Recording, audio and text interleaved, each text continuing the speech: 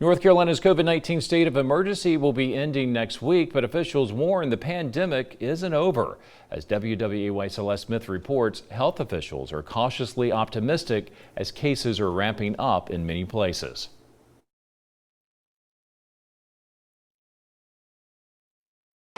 Governor Roy Cooper declared the state of emergency in March of 2020 in response to COVID-19.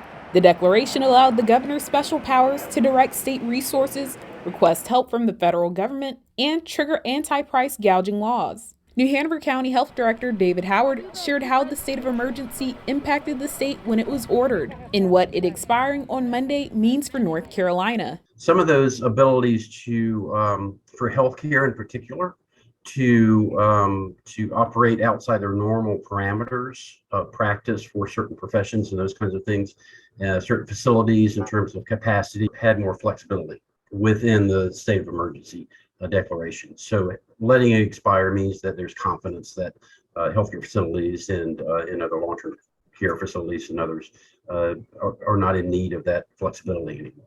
Howard says the expiration of the state of emergency is not expected to have a significant impact on the community. Wilmington Health infectious disease physician Dr. Paul Kamitsuka said healthcare systems are also not expecting an impact, but still advises residents to remain cautious, with COVID-19 still prevalent in the community. Basically, our message to patients is exactly the same.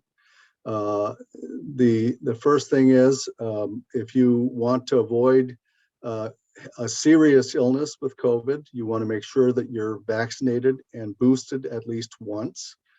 The second thing is to underscore that COVID, the virus now, is extremely contagious. According to a statement from North Carolina Department of Health and Human Services, House Bill 103, signed into law last month, includes changes in the law requested by the department to ensure flexibility that is currently made possible by Governor Cooper's COVID-19 state of emergency, which includes preserving access to COVID-19 testing and treatments, preserving healthcare access, and preventing a workforce shortage, to allow standing orders from the state health director for COVID-19 testing, vaccines, and treatments through the end of 2023, and to waive rules for healthcare facilities and nursing homes so they can expand bed capacity. In New Hanover County, Celeste Smith, WWAY News.